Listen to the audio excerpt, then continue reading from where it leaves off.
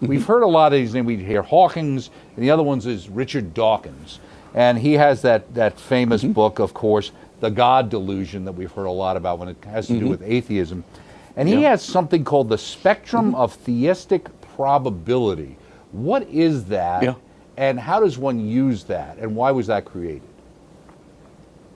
Well, Dawkins himself was at one time an atheist, and he kind of shifted a little bit over toward agnosticism, but he called it, a sort of a skeptical agnosticism, leaning toward atheism, but nonetheless it was agnosticism.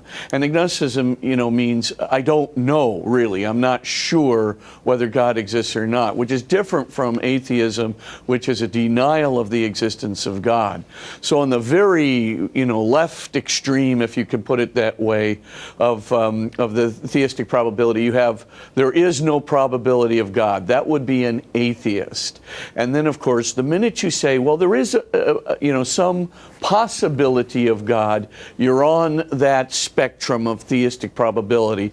And of course, Dawkins, he views himself at kind of the atheist end. He's not sure, but sort of skeptical. And then, of course, you could go all the way, to the middle, where you say, well, I'm not sure, but I'm leaning toward theism, because I think, maybe because of the Board of Lincoln and Guth proof, or maybe because of the entropy evidence, or maybe because of the Big Bang, or maybe because of what's called fine tuning. Maybe there is evidence for God, and maybe he's not wholly inconsistent with science. And then finally, of course, you have where about 45% of bench scientists are today, and that would be theism. So that would be, I consider the existence of God to be highly probable in light of science. And like I said, somewhere between 40 to 45% of bench scientists declare themselves to be theists. So that would mean high probability